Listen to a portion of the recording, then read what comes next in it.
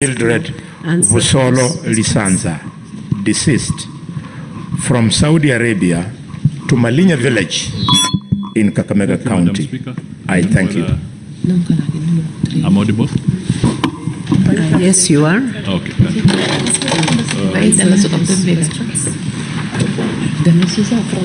Thank you, Madam Speaker. But not too audible. I don't know why. The volume is quite low. Could you improve that? Technical team. I can hear him well, but I'm not sure whether the senators at the back can hear him. Thank you, You may Madam proceed. Speaker. But not too audible. I don't know why. The volume is quite low. Could you improve that? On the Technical first team. question, I can hear him well, but I'm not sure whether the senators at the back can hear him. wish to You may proceed. thank you, Madam Speaker. On the first question, I wish to thank you, Madam Speaker. I wish to state that there are thousands of Kenyans in the Gulf countries who are employed in various sectors. Proceed, Honorable Cabinet Secretary. Thank you, Madam Speaker. I wish to state that I think hold a bit, Honorable Cabinet Secretary. Take your seat. Technical team, we have a problem. We don't know where that mic is coming from. It's disrupting the proceedings. Can you clear the sound system? I think hold a bit. It's disrupting the Cabinet Secretary. Take your seat. Technical team, we have a problem. We don't know where that mic is coming from. It's disrupting the proceedings. Can you clear the sound system? It's disrupting the proceedings.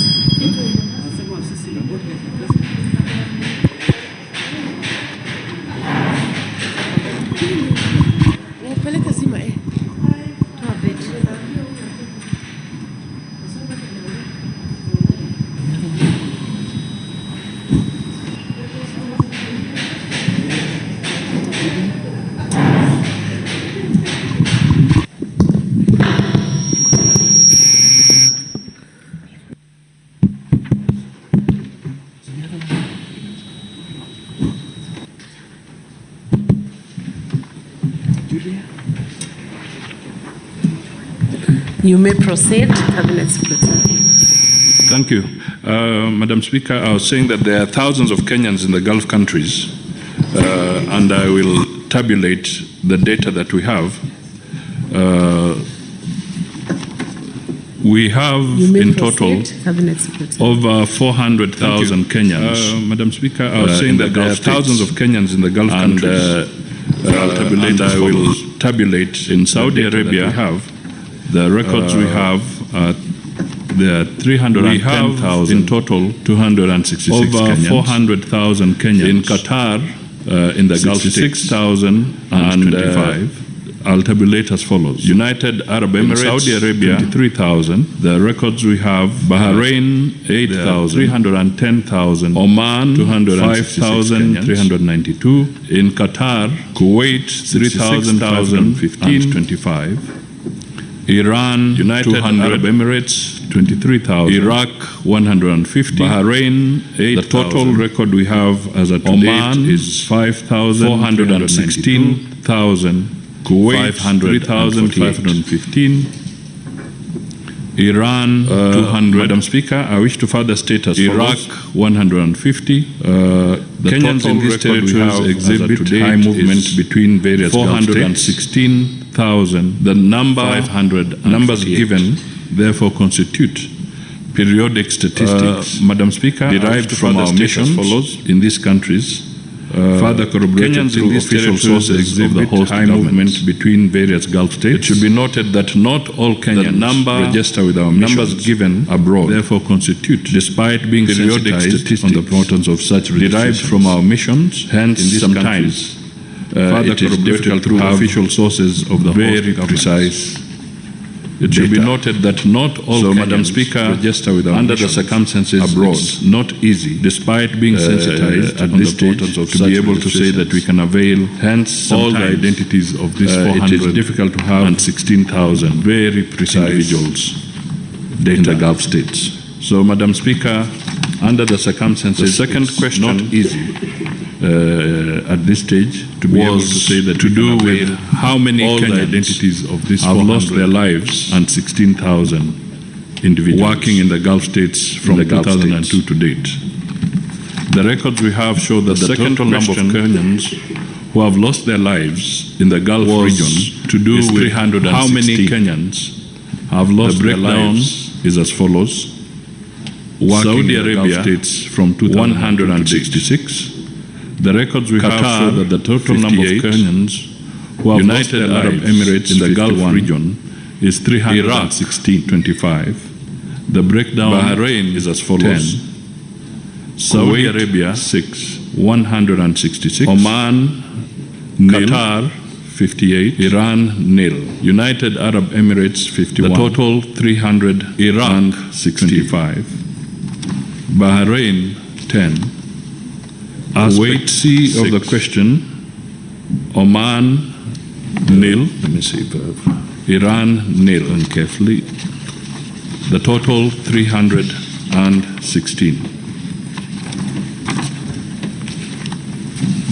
Aspect C of the question, the issue is what support does the government provide to families of Kenyans who die overseas? And could I provide details on Mildred? Madam Speaker, the issue is what support does the government provide upon receiving a report on the death of a Kenyan abroad overseas? The first step that our mission could I provide to notify the family of demise of their loved one. The ministry does this by liaising with the employer, the foreign recruitment upon receiving a report on the death of a Kenyan abroad, and the local recruitment the first agent that our mission based in Kenya to notify to establish information about the deceased and their loved kin.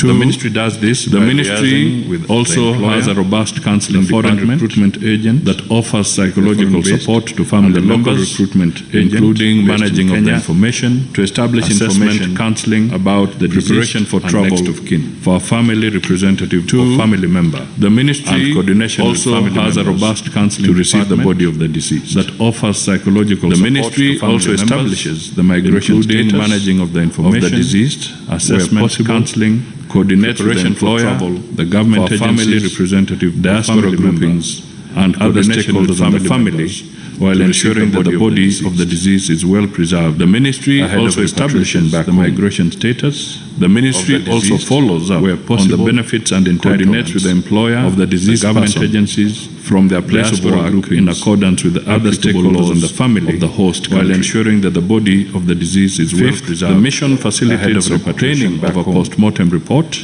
The ministry establishes the cause of death on the benefits and provides necessary documentation of the deceased person to facilitate the repatriation of work in accordance with the applicable laws. This includes the host country issuing a no objection certification. The mission facilitates the body to be transported to Kenya. Report.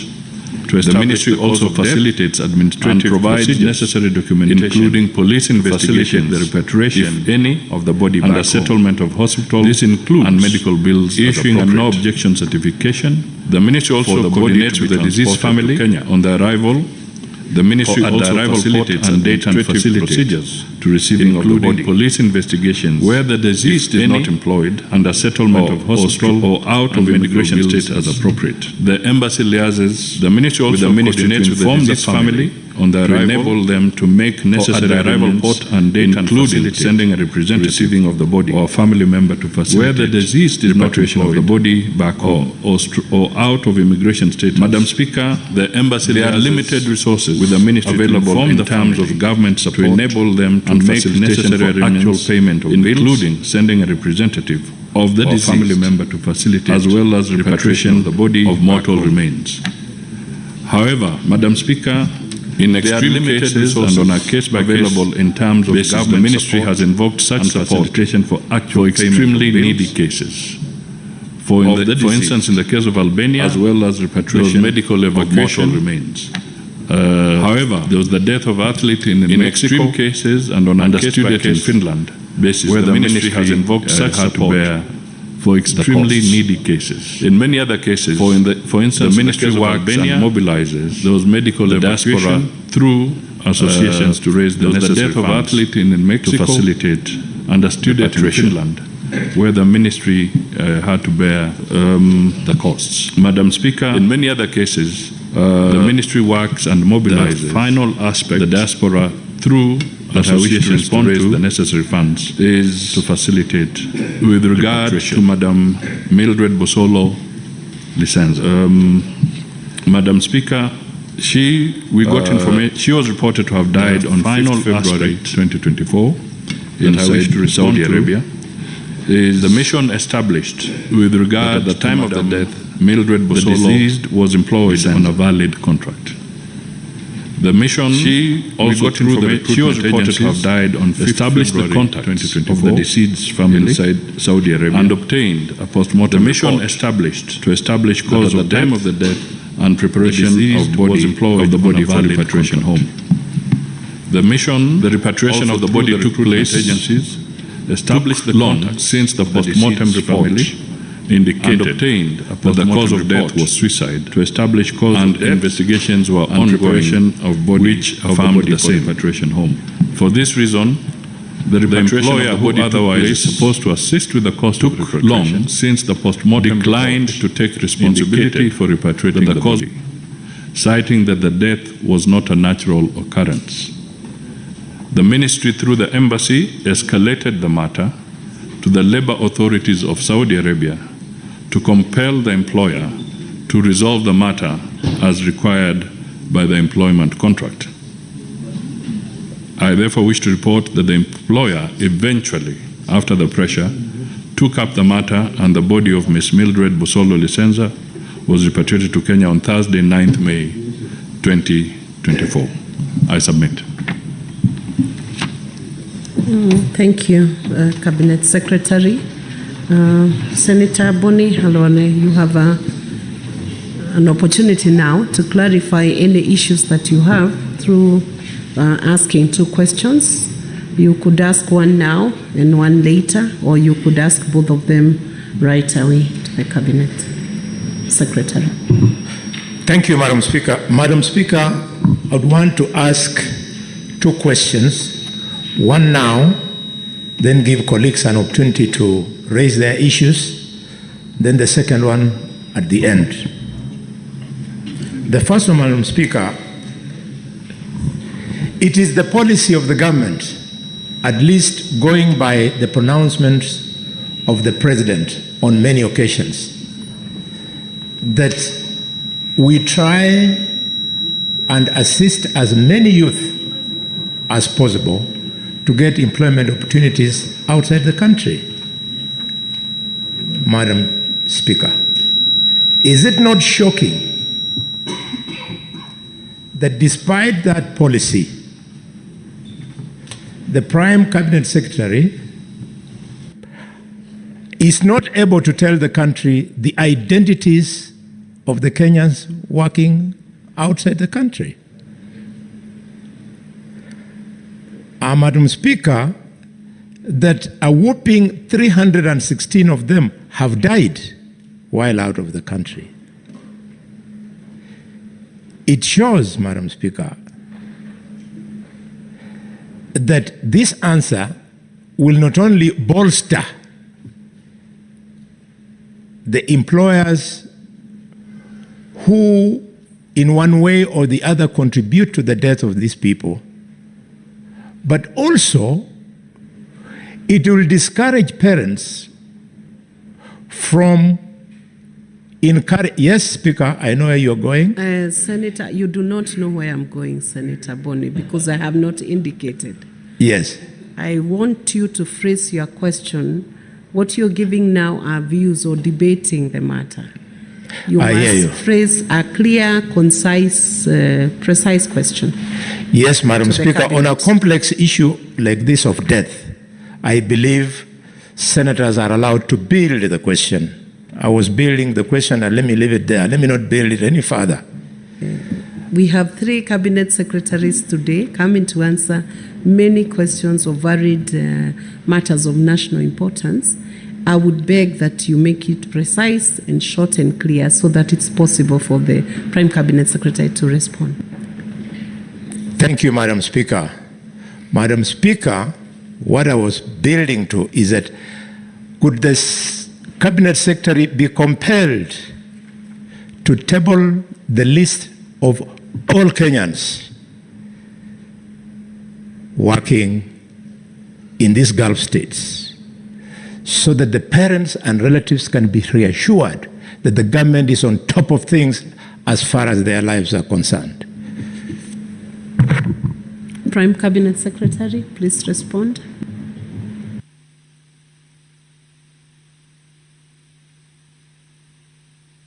It's gone again.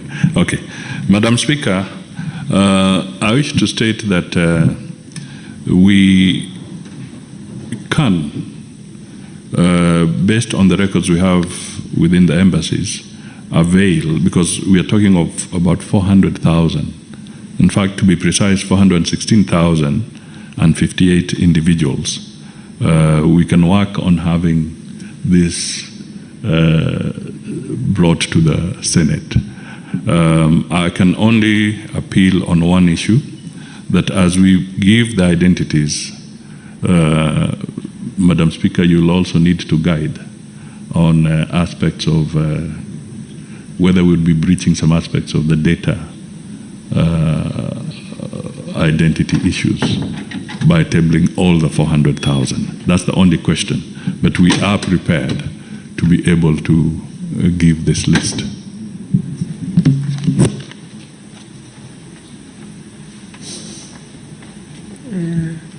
Maybe to give a guide on that, tabling of that data will be subject to the Data Protection Act.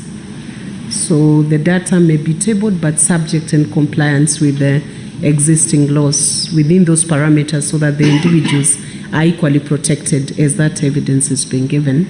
And then it will be subject to release or examination to the senator who is requesting for it, not for public display, without the consent of the individuals who are working in the Gulf.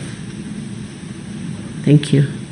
Honorable Senators, you now have an opportunity to ask questions, but make sure you are not building the way Senator Boni Halwale was building to save on time so that we can accommodate many more. Senator Derito Kenywa. Thank you, Madam Chair. The question that I wanted to ask is the same question that Bonnie asked.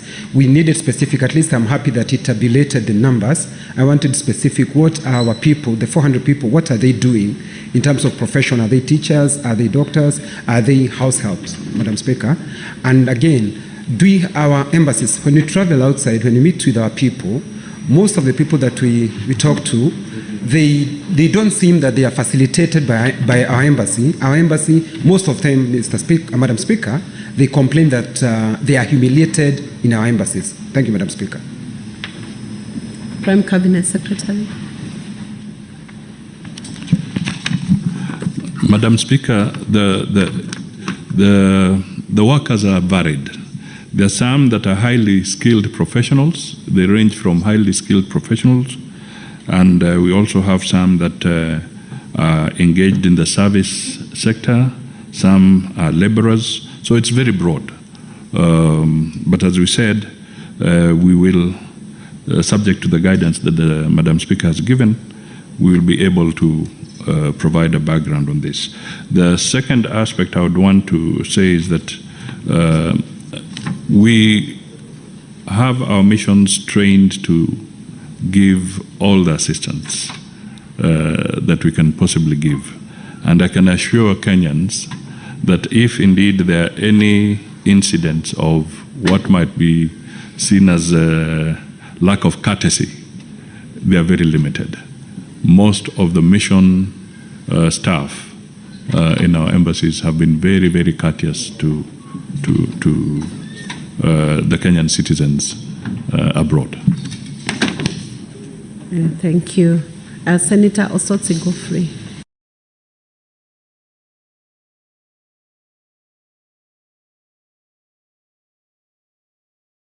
at him. Thank you, Madam Speaker. Madam Speaker, allow me to thank Prime Cabinet Secretary, my county, and a friend for appearing before the Senate. I represent a county that has a problem, a major problem with what we are discussing now, Madam Speaker. And I think every year we have in excess of 12 people, cases which are reported to me. And on various occasions, Madam Speaker, I have brought questions and even engaged the Ministry of Foreign Affairs on the same. So what I would request the Prime Cabinet Secretary is if it is possible to give a breakdown of these figures per county so that we can understand the extent of the problem. Number two,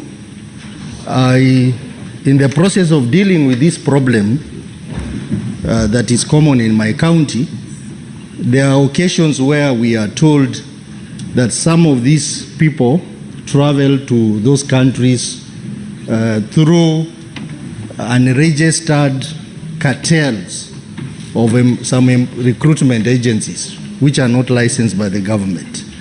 So there is every possibility that those who die and they were taken there by these recruitment agencies, possibly the government does not have their data. So what is the ministry doing about this? The issue of unregistered and unscrupulous recruitment agency who take advantage of the plight of these girls and boys to recruit them through illegal means, and then these people end up dying or harmed in those countries. What is the government doing about this matter? Cabinet Secretary, respond to that.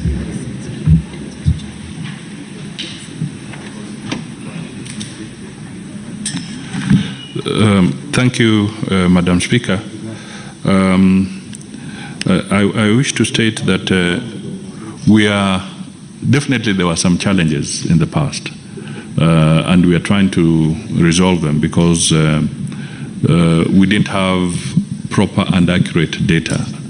But I can assure the House and the nation that through the Department of Diaspora and also working with the Immigration Department, we are now establishing more accurate data of the Kenyans that are traveling to various countries, including the Gulf states. Also on the websites of the State Department for Diaspora, we are able to indicate the licensed recruitment agencies, because in the past we have had cases where the Senator is right that unscrupulous people have taken advantage and landed our Kenyan people in very difficult situations. So we are trying to streamline this. And in between, let me also just notify the Senate that we are also improving on our negotiation on what you'd call the labor or employment agreements with various countries. And we are making them much better, much more refined, so that the safeguards can be provided for our Kenyans. And the classic example now is in Germany, where we are just about to conclude an agreement of a labor framework or employment framework, and we are refining even those that relate to the Gulf and other states.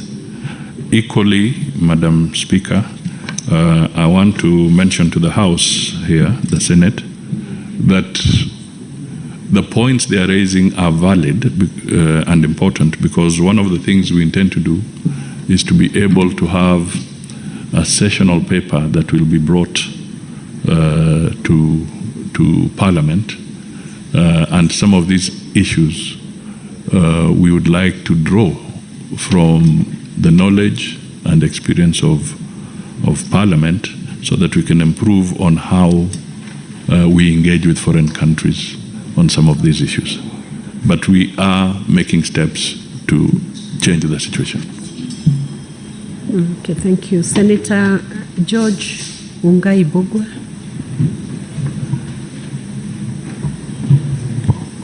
Thank you, Madam Speaker. I would want the Cabinet Secretary to tell this House how far the operationalization of the Migrant Welfare Fund has reached. Thank you. Cabinet Secretary.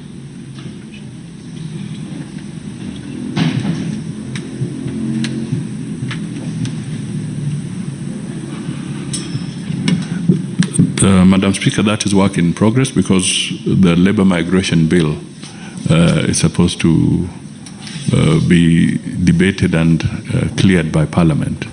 So that is work in progress, and then we shall be able to establish how the fund shall operate. Senator Beatrice Akinyi Ogola. Thank you, Madam Speaker. I want to thank the Cabinet Secretary, the Prime Cabinet Secretary, for finding time to come for our questions, and probably to also guide fellow CSS that the questions we ask here are on behalf of the Kenyans that they're appointed to lead. My question to the Prime Cabinet Secretary is, Madam Speaker, why does it take the embassy sometimes a long time to respond to the distress calls of Kenyans, especially in the Gulf, taking into consideration, Madam Speaker, that the government is capable of tracing the details of Kenyans as they exit and as they enter those countries at the immigration points? Thank you. Cabinet Secretary.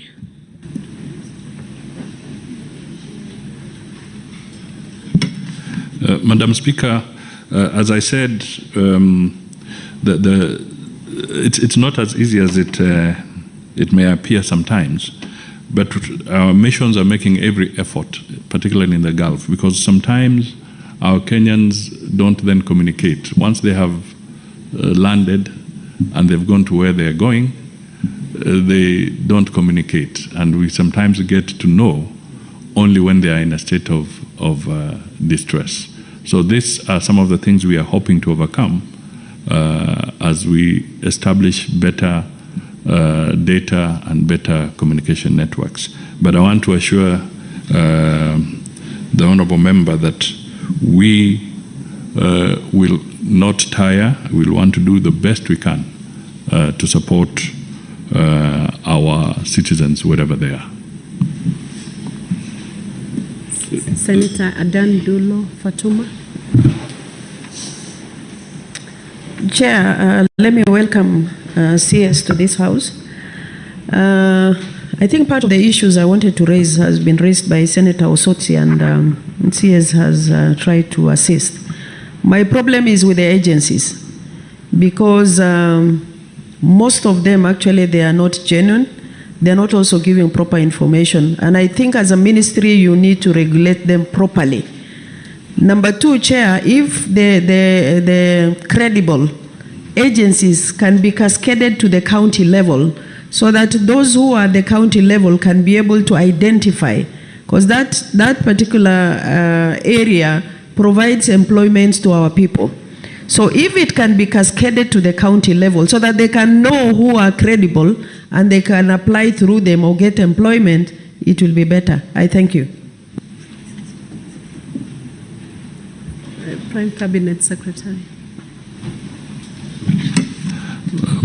Madam Speaker, first of all the agencies that are registered are available on the NEA website. That is the National Employment Agency website. And this information is also shared with the Ngao. This is how we cascade it through the county commissioners all the way, so that this information is available at the district and county offices as well.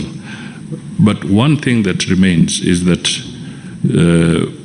through this National Employment Agency, there are regulations, and we are trying to weed out all the entities that do not fit the bill, that are not fit for purpose. So this is an ongoing process, and we are also ready to receive any further ideas on how we can tighten the noose around the bad elements from this House and other Kenyans. Thank you. Senator Mutinda Tabitha Morin. Thank you, Madam Speaker. Let me start appreciating the Prime Cabinet Secretary for the good job that we've been doing as far as digital literacy is concerned through ICDL. I take this opportunity to appreciate you. Also, just to inform you that I'm the owner of the Labor Migration Management bill that you've just mentioned. It's my bill, and we can be able to work together to sort these issues. Two questions that I have. What MOUs currently do you have in your office with the Gulf countries where our people are working? And are there any rescue centers in these particular regions? Thank you, Madam Chair. Honorable Cabinet Secretary.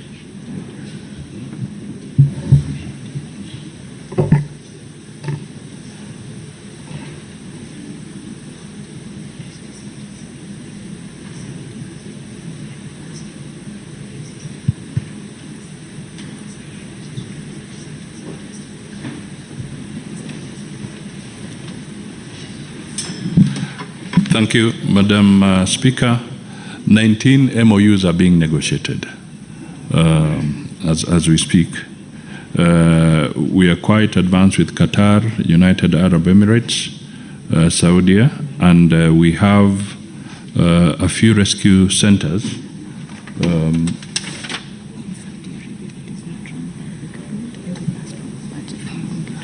We have a rescue center in Saudi Arabia. And the other one, Madam Speaker, is that we are looking for resources. And this is a conversation we have had with the budget committees of Parliament to be able to obtain resources so that we can put up more rescue centers. That is one of the biggest challenges that we face. But once we have sufficient resources, we shall roll out a few rescue centers. Thank you. Senator Mogeni Eric Okongo. Thank you, Madam Speaker. I also want to thank the Prime Cabinet Secretary for appearing before the Senate to respond to the questions posed to the Ministry. Madam Speaker, I want to write on the questions that was asked by Senator Alwali and ask a supplementary question. And I want to make a disclosure that I did raise this matter before the Prime Cabinet Secretary, so he's aware. And I thank him for having accepted to receive me when I went to raise this question. The case of Joshua Mankone Amenya, held up in Somaliland. Could the Prime Cabinet Secretary give us an update whether there has been any progress to secure the freedom of this Kenyan held in Somaliland? And two, just a clarification on the response by the CS. He says that Kenyans are attracted to work in the Gulf states because those countries provide high economic prospects for Kenyans. Could the CS kindly give us a breakdown on earnings for Kenyans who work in the construction industry, agricultural industry, and the domestic workers? How much do they earn in those countries? Thank you. Prime Cabinet Secretary, can you respond to that? Thank you, Madam Speaker. I must state that on the issue of the level of earnings, that is data that would require a little more time to obtain. We may not get the precise, but we may try to get the range, the salary brackets, and then we can also avail that. On the issue of Joshua Makone Amenya, I wish to state that indeed it is true that the Honorable Senator did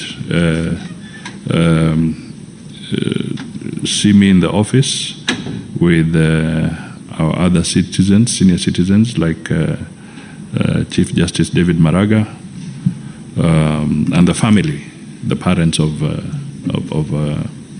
Mr. Amenya and also his wife. And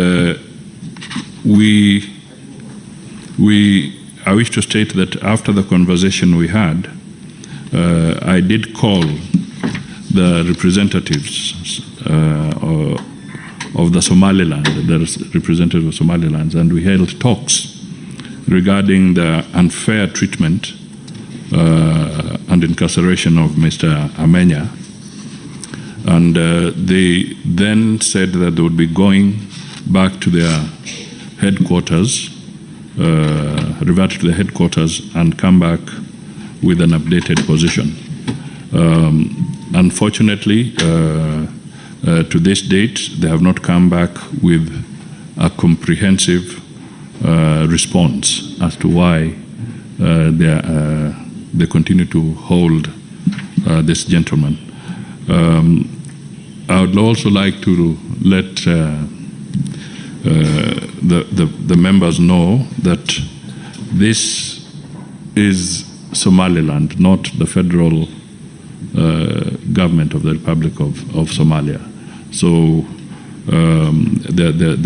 we have not stopped in pursuing the agenda. I continue to push it personally so that we can have a response and hopefully facilitate the release of Mr. Joshua Amenya, because the circumstances under which he is being held from where we sit are clearly unreasonable.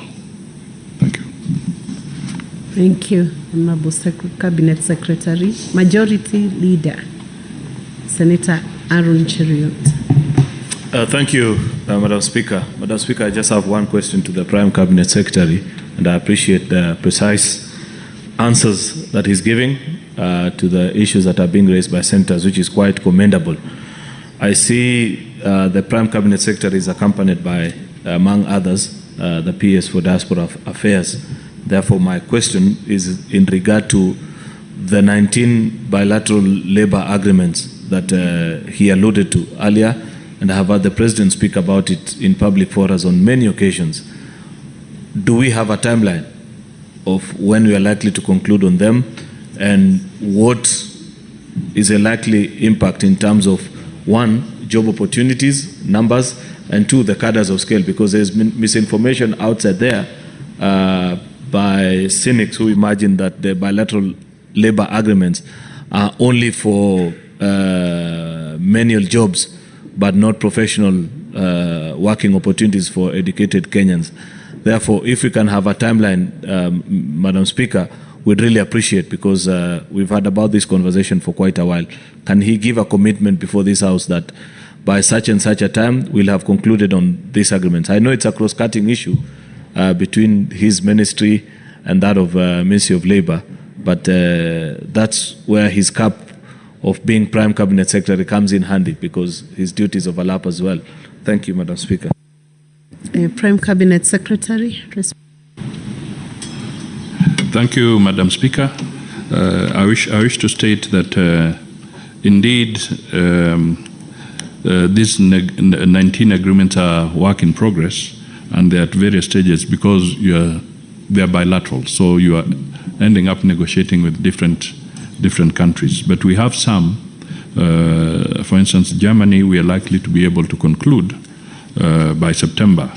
And indeed, not too long ago, the German Parliament has now passed a bill basically affirming this policy, where they'll be able to take many migrants and Kenya was trying to secure a slot to have close to 200,000 slots in different areas to be able to go and work in Germany. And I wish to state that we are not, these negotiations are not just about what you'd call laborers.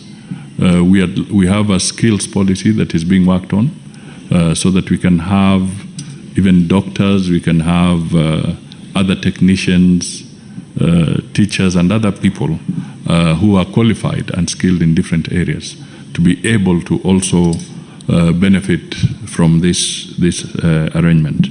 In the case of the United Arab Emirates, for instance, we have more or less concluded a CEPA. This is a comprehensive economic partnership agreement, and part of the issues that we are alluding to are also now embedded in that agreement. So there is progress, but I would like to assure the members that it is, each country has its own issues, and we try to navigate on a bilateral basis with those individual countries. And but we're making good progress, and we will try to accelerate where possible. Thank you. Senator Onyonka Richard Momwem.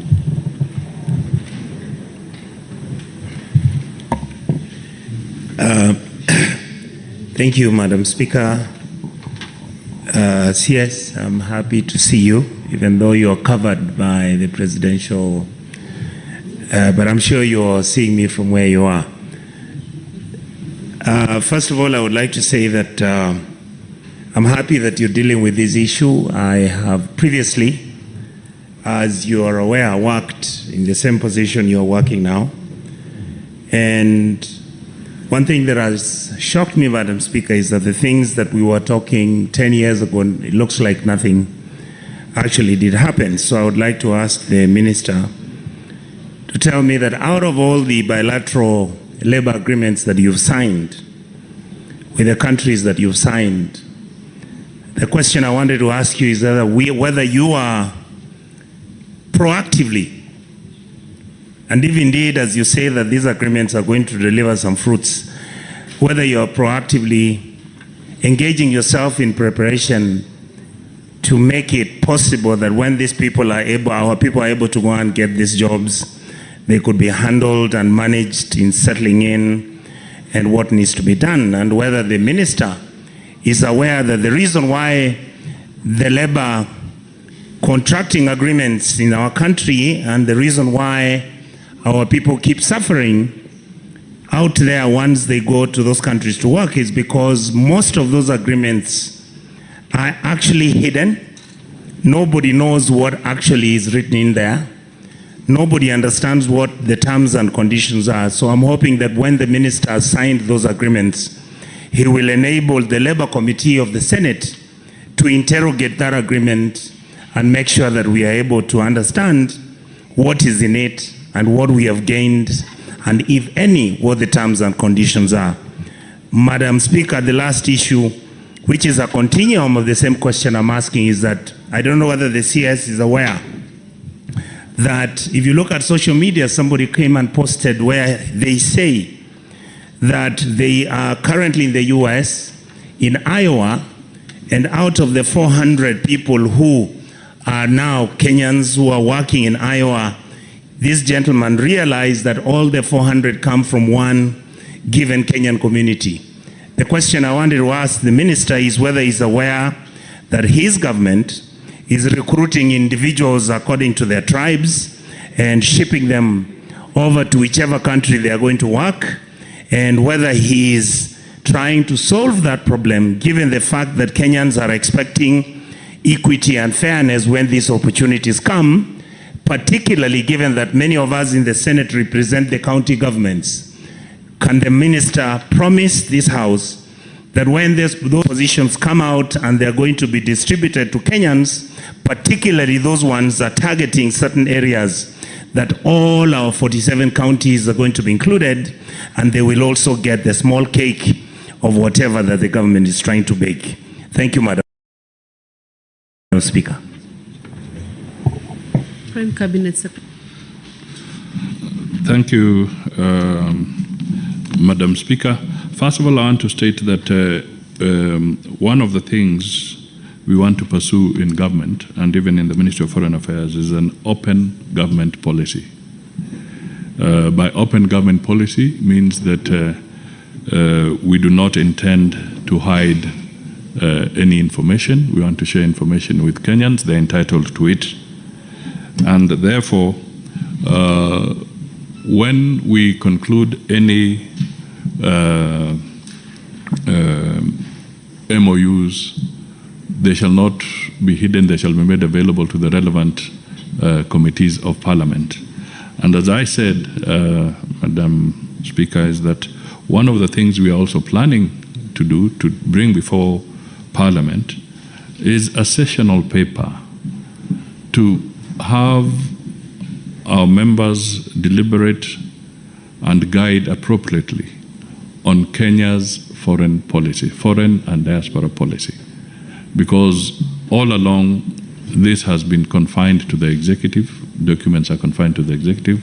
We want, for the first time, a comprehensive discussion on Kenya's foreign policy. And some of these issues, I'm sure, we will benefit, that document will benefit immensely or be enriched immensely from the wisdom of Parliament. The second thing that I want to emphasize is that these recruitments have been largely private sector driven. They have not been government driven, but the government will not entertain an ethnic driven arrangement when getting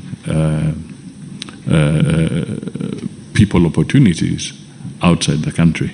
Madam Speaker, some issues are historical, and we all know them.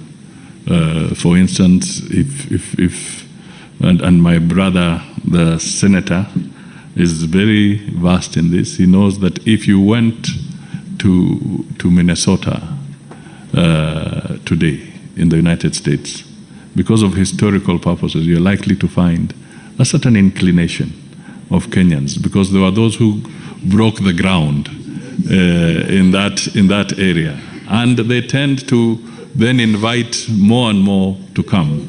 If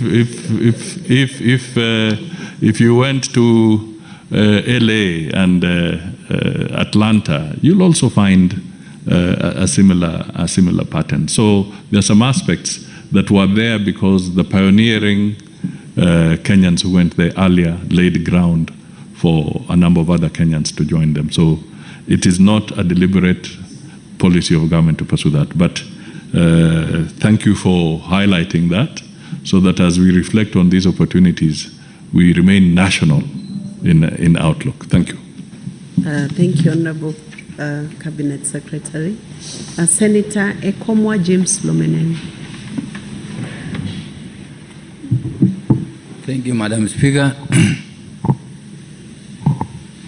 I would want to ask this question to the Prime Minister. Is the Prime Minister aware of the Ethiopian military who have infiltrated a place called Anona in Sololo sub-county in Marsabit? Senator Lomenen, you know there is a cardinal principle. When you are asking for questions, there must be an offshoot of the primary, the principal question that brought the Cabinet Secretary here. Is your supplementary question in line with that policy? Yes. How? In infiltration of Ethiopian military in Sololo sub-county in Marsabit. I would guide you to phrase that question, give it to the Secretariat, and give an opportunity to the Prime Cabinet Secretary to come and substantively respond to such a crucial and important question. It does not emanate from the data he's dealing with, those Kenyans working in the Gulf. The original question, consult Senator Halwale. He will give you the primary question that was asked. Thank you. Okay, thank you. Senator Mwinyi Haji Mohamed Faki. Asante Bispika kwa kunipa fursa hii. Kwanza ni mpongeze waziri kwa taarifa aliyotoa. Mheshimiwa Spika, niko na swali moja ambalo limegawanyika pande mbili. Kwanza, je, serikali inajua kwamba Mkenya kwa jina la Stephen Bertrand Munyako, passport number A353019, kwa sasa yuko Saudi Arabia na anatarajiwa kunyongwa ama kuuawa kupitia kwa hukumu ya kifo mnamo tarehe 26 mwezi huu wa 7, na ni jambo gani ambalo serikali ya Kenya inafanya kuhakikisha kwamba maisha ya Mkenya huyo ambaye alikuwa ameshtakiwa na makosa ya kuua bila kukusudia yameweza kuokolewa na vile vile pia kurudi Kenya kujiunga na familia yake ikiwa mama yake na pamoja na Wakenya wengine. Mheshimiwa Spika, swala la pili ni kuhusiana na Mkenya mwingine kwa jina Nixon Daudi Mwango ambaye alihukumiwa na kwa sasa ameachiliwa, lakini bado yuko katika jela mjini Riyadh, Saudi Arabia, kwa makosa ambayo pia mahakama haikumpata na hatia, lakini anatarajiwa kurudi kurejeshwa nyumbani kwa sababu ya kumaliza kesi hiyo. Na mwisho, Mheshimiwa Spika, you should only ask 2 questions maximum. Zinalingana, Mheshimiwa Spika. Let him respond to those 2, Senator Faki. I have 5 more senators here. Thank you, Madam and Speaker. We need to move to the next Thank question. you, Madam Speaker. Prime Cabinet Secretary, please respond to that. Thank you, Madam Speaker. Yes, we are aware of the case of Stephen Bertrand Munyako, who was incarcerated on a case of manslaughter in Riyadh, and I wish to state that a few weeks ago I did write officially to the Foreign Minister of Saudi Arabia, intervening that this individual should not be executed. That execution was deferred. It did not take place. I also had the opportunity to meet the family of the mother of Stephen Bertrand Munyako, and we had a conversation. And the challenge that is there is that there is a proposal that is being mooted by the family of the person who died, that they be compensated to the tune of 150 million, equivalent of 150 million Kenya shillings. Madam Speaker, the family has raised about 10 million shillings, and they continue to try and raise more money, because this is what they call the blood money, some financial settlement for that. And clearly, it would be remiss of me not to notify the nation and Parliament is that there is no budgetary provision for the government to settle this kind of situation, whether in Saudi or any other country. But the ministry and the government is doing what it can to see if this matter can be resolved differently, and perhaps if the family that lost their individual can perhaps climb down from the high level of 150 million Kenya shillings so that this case can be resolved. So it is work in progress. It's a conversation that is ongoing. The second one, which you talked about, we are yet to obtain information, so I will not be able to respond immediately to that specific one. I will need a little more time to get more details on that one. Thank you, Honorable Prime Cabinet Secretary. Yes, you can get more time to supply that answer because it's specific. Senator Agnes Kabindu Modhamu. Thank you, Madam Speaker, for giving me this opportunity. Let me first of all start by congratulating the Cabinet Secretary for making time to appear before the Senate from his very busy schedule. Mine is just a concern about our ladies, our girls who go to Saudi to work, because I've interacted with many of them who have managed to come back after much suffering, that their passports are taken by the bosses who they go to work for and kept there. Many of them, the agreement they have with the agents is that they are going to work in a particular house, and once they arrive there, they find that they are located to work in different homes, like 3 or 4. Some tell me that they work even in 6 homes. So they hardly have time to rest. There are also mistreatments of food. And once they escape and go to the rescue centers or to the police station, they find that they cannot be allowed to travel back home because 1, they have no funds to travel back home. 2, they have no traveling document because the document is kept by their bosses. What is the ministry doing about such issues to make sure that our people are safe and secure? And why can't also the agents who are not registered be arrested?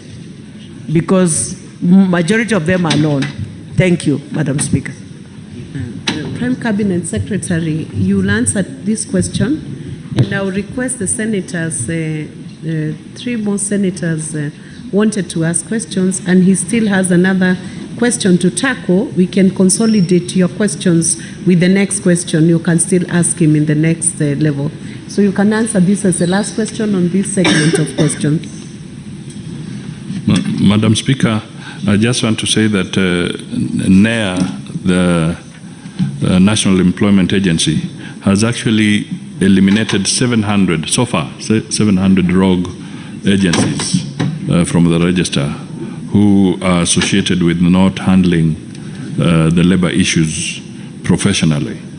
The other thing that I would say is that when these Kenyans get challenges, the embassy has always been available to provide emergency travel documents to assist them so that they can travel back to Kenya and move away from the hostile environment.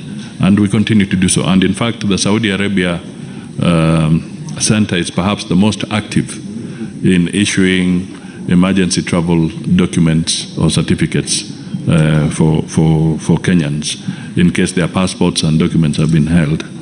The final point I would just like to say on this one is that the unfortunate side is that sometimes it's the fewer cases, bad cases, that tend to cloud the actual picture. But in reality, 90% of the workers, particularly the ladies, when they come to Kenya for a short break, they go back to the same venue. So the mistreatment, and we are not downplaying it, but we are trying to rein in so that that mistreatment can come to an end. And these are the areas that we want to refine as we negotiate our bilateral agreements. Thank you. There is one more question from Senator Boni Halwale, so that we can close his section of questions. Make it short and precise. Yes. Madam Speaker, the government of India, Philippines, and Indonesia have labor and social protection bilateral agreements with these Gulf states. And as a result of that, Madam Speaker, their workers who are there are better paid than Kenyans doing a similar piece of work. Could the Cabinet Secretary undertake to table in this House, in the shortest time possible, such bilateral agreement so as to protect our young people who are being paid 30,000 shillings as housemaids, when those ones from the other countries that I've spoken to get 3 times as much? Prime Cabinet Secretary. Thank you, Madam Speaker. I can state 2 things. One, we will not hesitate whatsoever once the bilateral agreements have been signed. We, as I said, we want to pursue a policy of open government. We will be ready to share those with the Parliament. So we shall not have a challenge on that score. The second aspect, which is important, and I think I take it as an input from the Honourable Senator, is that our negotiating skills, even for the recruitment agencies and others, should be stepped up so that we can have more comparative and fairly more reasonable and comparative agreements being negotiated. So we should not negotiate ourselves short when we are negotiating for Kenyans. I take that positively. Thank you. Thank you. That brings us to the end of this question. I now call upon the Senator for Kisumu County, Senator Professor Tom Ojienda, to take up and ask the question he had brought, question number 040. Thank you, Madam Speaker. Question number 040 addressed to the Prime Cabinet Secretary and Cabinet Secretary for Foreign and Diaspora Affairs is in 4 parts, Madam Speaker. Could the Cabinet Secretary outline the obligations of the government to Kenyans in the diaspora who face arrest, detention, and deportation, and highlight any diplomatic agreements entered into with other countries on the applicable protocols? Part B, what protocols has the government of Kenya established for readmitting deportees into the country? And could the Cabinet Secretary provide a list of Kenyans deported back to the country since 2010, stating reasons for each case where a deportee was refused admission? Thirdly, how does the Ministry of Foreign and Diaspora Affairs handle complaints and reports of human rights violations against Kenyans in the diaspora before, in the course of, and after detention and deportation? And could the Cabinet Secretary disclose the number of Kenyans who have died in detention, and also provide details of all court cases initiated by Kenyans regarding such? Lastly, what measures has the government put in place to safeguard dependents and property left behind by deportees? And could the CS also explain the initiatives taken by government to facilitate the integration process for the deportees? Thank you, Madam Speaker. Prime Cabinet Secretary.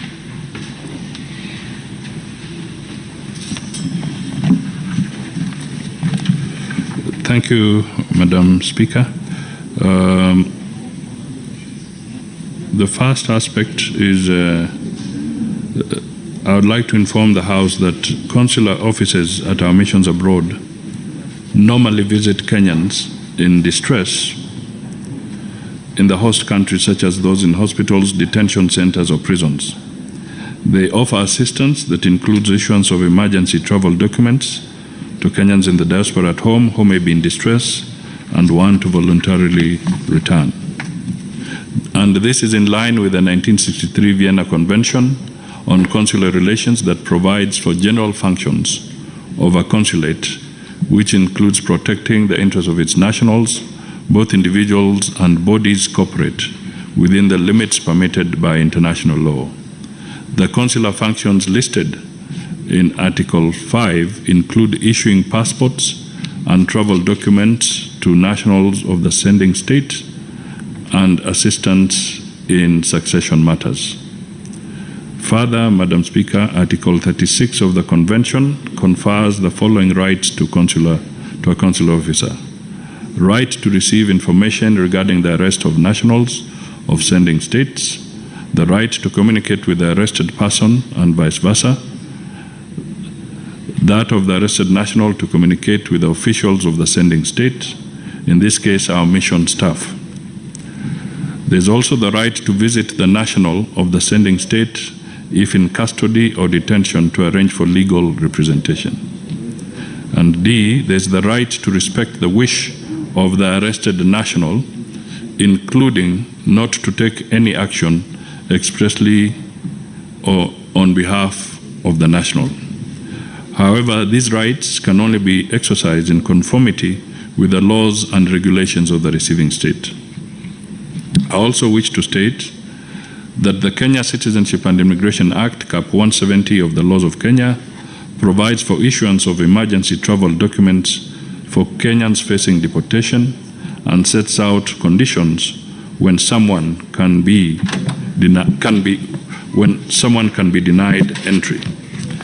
Madam Speaker, I would want to point out that so far, Kenya has entered into an agreement with South Africa regarding the return of nationals, refused entry and illegal entrance, which was signed on 23rd November 2022.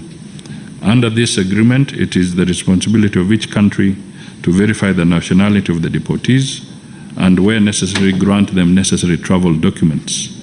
The agreement is, however, subject to the respective domestic laws and international instruments, including the 1969 OAU Convention governing specific problems of refugees in Africa.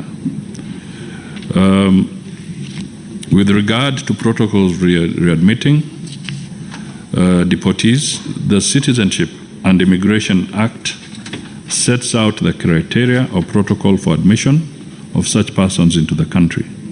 This includes the issuance of travel documents, verification of identity, confirmation of citizenship, right of entry and residence, among others. To this end, immigration officers along the points of entry and exit usually confirm that the person being returned is a Kenyan national before admitting him or her into the country. With regard to the second part of the question, requesting that I provide a list of Kenyans deported back to the country since 2010, stating reasons for each case where deportees were refused, I state as follows. The State Department of Immigration and Citizen Services has informed that the following number of Kenyans were returned on various grounds since the year 2022. We were not able to have information dating back to 2010. So we are able to present what we were able to get, and hopefully we can get the rest later. In 2022, there were 186 deportees. In 2023, there were 378. In 2024, there are 166. So a total of 730 deportees are on record since 2022 to date. Madam Speaker, we wish to state that, again, we will need guidance because as much as they are deportees, they have their rights, and to what extent can we disclose the reasons of each individual without breaching certain rights of these particular individuals? So maybe with the guidance of the chair, that is another area that one can seek guidance. To state that Kenya recognizes the sovereign right of any nation over their territory, and in managing their internal affairs, including admission and stay of persons in their territories, it is the duty of every Kenyan, therefore, to obey the laws of the receiving country. The protection of human rights is governed by the international human rights laws, which include the Universal Declaration of Human Rights, the International Convention on Civil and Political Rights, and the International Covenant on Economic, Social, and Cultural Rights, and the International Convention against torture and inhuman, cruel, or degrading punishment, among others. The exercise of powers over nationals of another state thus should be within the confines of international law. The ministry receives sufficient reason, when the ministry receives sufficient reason to believe that the rights of a Kenyan national could have been violated, the following are some of the measures we take. A consular officer undertakes a visit to the affected person to provide a report on the circumstances surrounding the matter. The ministry may also consider dispatching a diplomatic note to the concerned state's mission, requesting to be furnished with information regarding the circumstances surrounding such violations. Where the evidence is overwhelming and no response is received from the host state, the ministry may issue a demerge where the highest ranking diplomatic representative, ambassador or high commissioner or chargé d'affaires is summoned by the Ministry of Foreign and Diaspora Affairs and issued with a protest note requesting action. Similar action is undertaken through the Kenya mission in the capital of the country in question, where our ambassador or high commissioner or chargé d'affaires presents the displeasure of the Kenyan government on the same and delivers a protest note. The ministry may also consider dispatching a special envoy or other high-ranking official from the capital to appeal or intervene with the host state.